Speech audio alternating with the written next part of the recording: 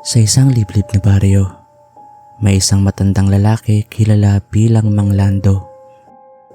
Wala siyang pamilya, mag-isa lang sa lumang bahay sa dulo ng kalsada.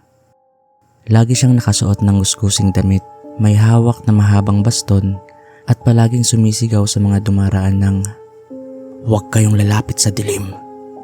Dahil dito, tinawag siyang baliw.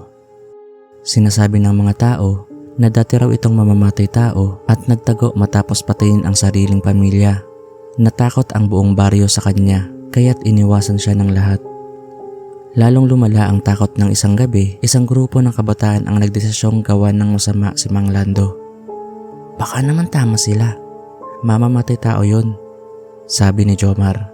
Habang paakyat sila sa bahay ni Mang Lando, nagtawanan pa sila nang bigla na lang lumabas si Mang Lando at sumigaw, "Umalis kayo dito bago kayo kunin ng kadiliman." Dahil sa pagkabigla, tumakbo ang mga kabataan. Nanginig sa takot at kinabukasan, hindi na nakita ang isa sa kanila, si Miko. Nahanap na lang ang tsinelas niya sa gubat, malapit sa bahay ni Mang Lando. Nabuo ang hinala. Pinuntahan siya ng mga taga-baryo, dala ang sulo at itak.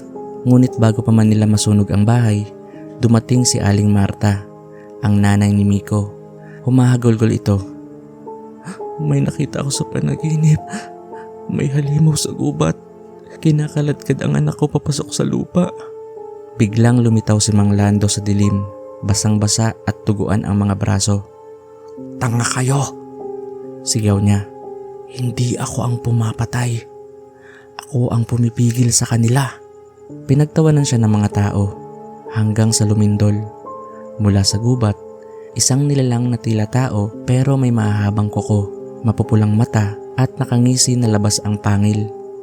Lumapit ito sa mga tao, pero bago pa man tuluyang makalapit sa kanila ang halimaw, lumapit si Mang Lando. May ibinulong ito sa hangin at biglang nagsimulang umapoy ang dulo ng kanyang baston. Napasigaw ang nilalang at umatras. "Dahil sa inyo, isa na namang bata ang kinuha niya." Galit na wika ni Mang Lando. "Ako ang pumipigil sa kanila at ngayon alam nyo na wala nang ligtas sa gabing ito."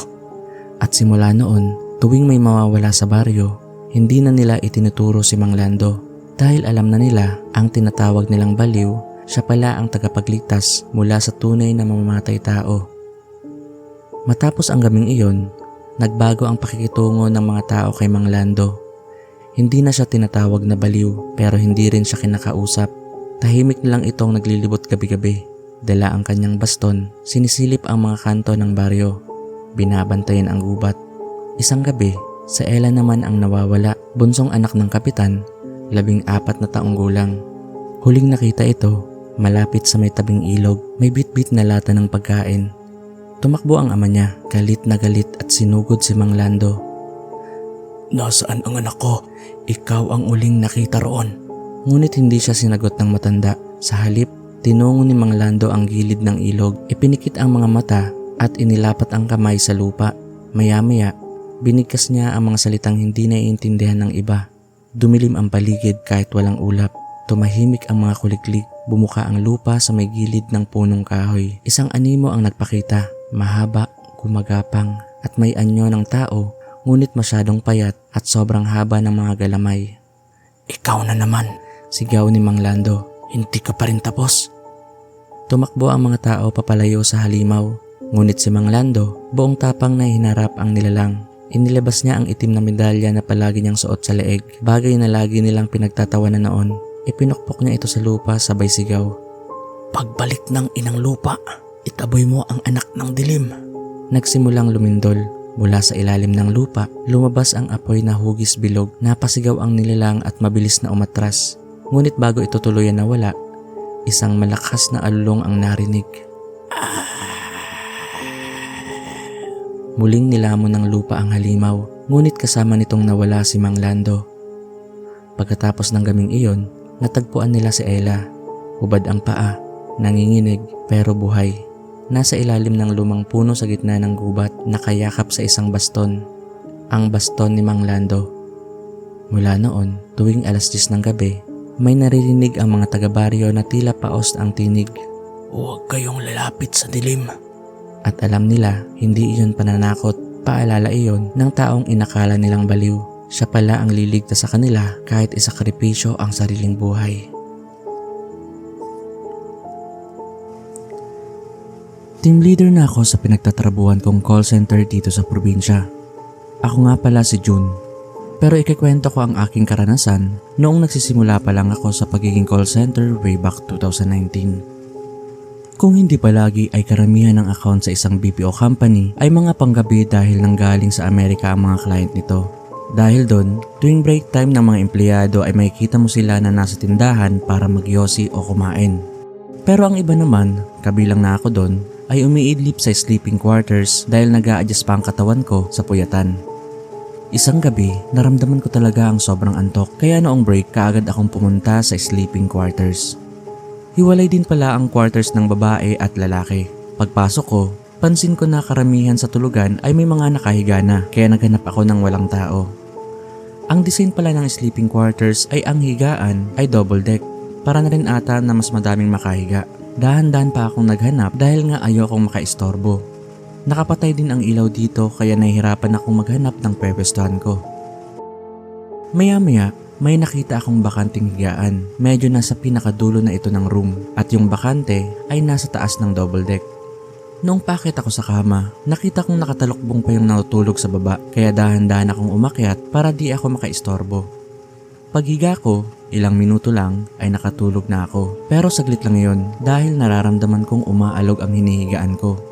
Tiningnan ko ang ibang higaan pero hindi naman ito naalog kaya biglang pumasok sa isip ko na may gumagawa ng milagro. Pansin ko din na wala nang natutulog sa ibang higaan kaya siguro yung nasa baba ay naisipan na magmariyang palad. Gusto ko sana itong pagsabihan pero nahihiya ako. Kaya inisip ko na tingnan na lang ito dahil may naririnig pa akong umuungol na babae. Siguro dahil wala ang mga tao, sumama yung babae dito sa quarters at gumawa ng milagro. Dahan-dahan kong inusog ang mukha ko para makita yung ginagawa nila. Pero sobrang nanghilakbot ako noong nakakita din ako ng muka. Parang pareho ang iniisip namin na sumilip sa isa't isa. Pero hanggang ngayon, sobrang bakas pa rin sa alaala ko noong nakita ko ang mukha ng babae.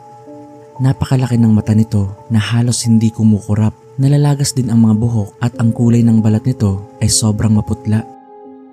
Kitang-kita ko din ang mga ugat sa ulo niya na parang puputok. At ang mas nakakahilakbot ay may sakmal ito sa liig.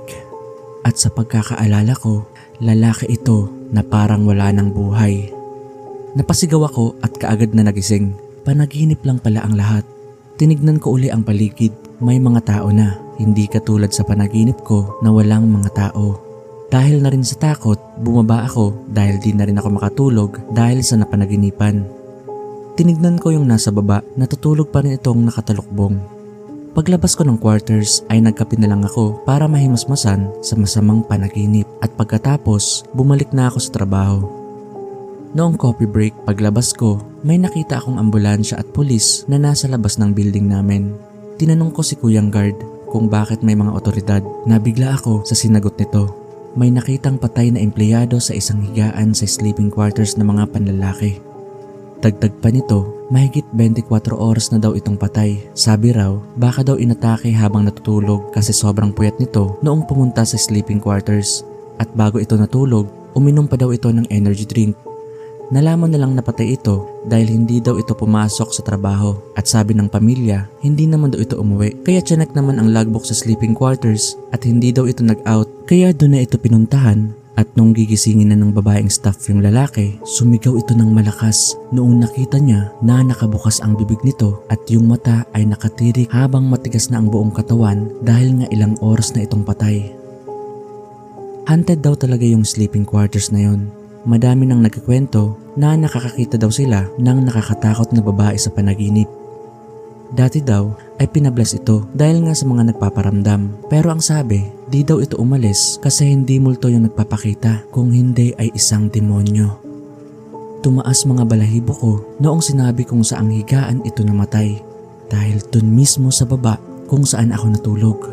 Ito yung nakita kong nakatalukbong at narealize ko na yung nakita kong sakmal noong demonyo ay kaluluwa ng lalaking namatay. Noong nag-end yung shift ko, di pa rin nawawala yung takot ko at simula noon ay hindi na ako ulit natulog sa sleeping quarters kahit may mga gabing sobrang puyat ako. At ilang taon din ang nakalipas, lumipat na ako sa ibang BPO company at swerte naman na napromote ako bilang isang team leader. Noong una, ayokong matulog sa sleeping quarters dahil nga sa trauma ko, pero paunti-unti nakayanan ko na, kaya nagpapasalamat ako na hindi na ako binabangungot kapag umiidlip. Bago din ako matulog ay nagdarasal din ako para proteksyon sa mga masasamang elemento. Dito na lang ang aking kwento. Salamat. Nangyari ito way back 2008. Noong kakalabas pa lang ng mga smartphone. Yung feeling na kapag may smartphone ka, kung hindi ka rich kid ay may kaya ang pamilya mo. Ako naman ay kahit gustong gusto kong magkaroon ng smartphone ay hindi kami mayaman. Pero dahil gusto kong magkaroon nun, ay naghanap ako ng trabaho habang nag-aaral para makabili man lang. Ako nga pala si Cedric, nakatira dati sa Marikina at ngayon ay andito na sa Bicol na may sarili ng pamilya. Makalipas ang isang buwan, nagkaroon na ako ng ipon para makabili ng cellphone. Pero grabe daw ang pagtingin ko sa mall, hindi pa kalahati ang naipon ko pagtingin ko sa mga presyo. Inisa-isa ko ang mga store para makapili ng pinakamurang smartphone. Pero sadyang bigo ako. Noong papalabas na ako ng mall, may nakita akong maliit na pwesto na nagbebenta rin ng smartphone. Pero sadya talagang ayaw ng kapalaran dahil same lang yung mga price. Pansin ko din na walang bantay, kaya lumabas ako. Papalabas ako noong may tumawag sa akin. Paglingon ko, may isang magandang babae na tinanong ako kung anong hinahanap ko. Sabi ko naman ay smartphone sana, pero di kaya ng budget ko. May inilabas siyang box at ang sabi, baka gusto ko raw itong cellphone, mura at sobrang linaw ng camera. Na-excite ako, kaya kaagad akong lumapit. Tiningnan ko yung phone at napawawa ko kasi ang linaw talaga. Maihalin tulad ko ito sa isang sikat na brandang cellphone. Tiningnan ko yung brand, naka-acronym ito pero nakalimutan ko na yung pangalan sa katagalan na. Tinanong ko siya kung magkano. Ang sabi niya, kung magkano daw ang pera ko, pwede na yon. Nagtaka ako, pero dahil gusto ko nga, kaya binayaran ko kaagad at ibinalot niya na rin. Bago ako lumabas ng store, ay may sinabi sa akin yung babae. Only picture daw, pero kung magdidelete daw ako, pag-isipan ko daw ng mabuti. I-delete ko lang daw yung ayaw ko na talagang makita. Nagtaka naman ako, pero binaliwala ko na lang kasi mas nangingibabaw yung excitement ko. Una kong ginawa ay ipinakita ko ito sa mga kaklase ko. Namangha sila dahil ang linaw daw ng camera, kaya nagpa-picture sila. Syempre ako naman, sinunod ko sila dahil nakaka-empower ito sa akin dahil manghang-mangha sila. Nagpa-group picture pa sila. Ang iba tinanong ako kung saan ko daw ito nabili at magkano. Syempre, para din nila malaman na mumurahin lang ito, ay nagsinungaling ako na padala ito ni Tito na nasa Saudi. Maya-maya, biglang nakita ko si Jane na crush ko na naglalakad. Bigla kong binuksan ng camera at pinicturan. Noong uwian, nakasalubong ko si Justin na matalik kong kaibigan at kapitbahay namin. Kwento ko ang tungkol sa cellphone na nabili ko lang sa murang halaga. Kaagad naman niyang hiniram ang cellphone at nagpicture din siya. Nagkwento din ako kay Justin na bukas magtatapat ako ng nararamdaman ko kay Jane. Magpapatulong ako sa pag-set up. Kinabukasan, may dala-dala akong bulaklak at si Justin naman ay may bitbit na gitara para haranahin si Jane at mag-propose na kung pwede na maging girlfriend ko siya. Sinabi ko na kay Jane ang matagal kong pagtingin sa kanya. Pero sobrang nalugmok ako nang hindi niya ito tinanggap. Sobrang napahiya ako dahil madaming nanonood sa amin. Kaya tumakbo ako sa hiya at galit na rin para kay Jane. Nung kinagabihan, habang nakahiga ako, dinilit ko yung picture ni Jane at kaagad natulog. Kinabukasan, madami ang nagkukumpulan sa classroom at nilapitan kaagad ako ng isa kong kaklase para sabihin yung nangyari kay Jane. Noong papauwi daw ito, may dalawang adik na tinambangan ito para gahasain at pagkatapos, pinatay ito gamit ang bato na ilang beses na pinukpok hanggang mawasak ang muka. Sobrang nagulantang ako at naawa na rin. Pero mas natakot ako noong natandaan ko yung sinabi ng magandang babae sa mall. Dinilit ko yung picture ni Jane. Coincidence lang ba? Pinagpikit balikat ko na lang ang lahat. After a week, may umugong na balita bago ang school field trip namin tungkol sa akin. Feeling rich kid daw ako kasi ang cellphone ko raw ay mumurahin, napakayabang ko raw. Nagalit ako sa nangyari at dahil doon ay hindi ako sumama sa field trip na inaantay ko talaga kasi may pupuntahan sana kaming sikat na destinasyon sa Bulacan. Sa galit ko, binura ko yung group picture nila at inisip ko sana madisgrasya sana sila. Alam kong mali ang iniisip ko pero sadyang naiinis talaga ako ng mga oras na iyon. Kinagabihan, habang nanonood ng balita, bumungad kaagad sa akin na may mga namatay na estudyante sa field trip. Kinilabutan ako kasi ang tinutukoy na paaralan ay mismong school namin. 6 daw ang namatay na estudyante at talagang nabigla ako noong na-realize ko na sakto yung nasa group picture ang namatay, yung larawan na dinilit ko. Tiningnan ko yung cellphone at natakot kasi na-realize ko na may sa demonyo yung nabili ko. Bigla itong tumunog at nakita kong may text. Pagkakita ko, nakita ko na si Justin yung nag-text. Ang nakalagay kung alam ko na ba daw yung nangyari sa mga klase ko. Pero imbis na replyan siya, ay puot yung nangibabaw sa akin. Dahil alam ko na siya ang nag-traitor sa akin dahil siya lang yung nag-iisang taong sinabihan ko tungkol sa cellphone. Kaya ang ginawa ko para mapatunayan ko kung totoo talaga ang sumpa dito sa smartphone, pumunta ako ng gallery at binura ko yung picture ni Justin. Maya-maya narinig ko na may nagsisigawan sa kapitbahay namin at nanggagaling ito sa bahay nila Justin. Sumilip ako ng bintana para tignan. Tang sabi na kuryente ito habang nagcha-charge ng cellphone. Halos masunog daw ang kalahati ng katawan nito. Kaya doon ko napatunayan may sa demonyo ang nabili kong cellphone. Ngayon, kung tatanungin ako kung pinagsisihan ko ba na binili ko itong cellphone, oo. Pero nangyari na ang nangyari. Pagkatapos noon, itinago ko yung cellphone at hindi ko na ito gagamitin kahit kailan. May nangyari pa noong 2009, gamit din ang cellphone pero ikikwento ko na lang kapag hindi na ako busy. Salamat po.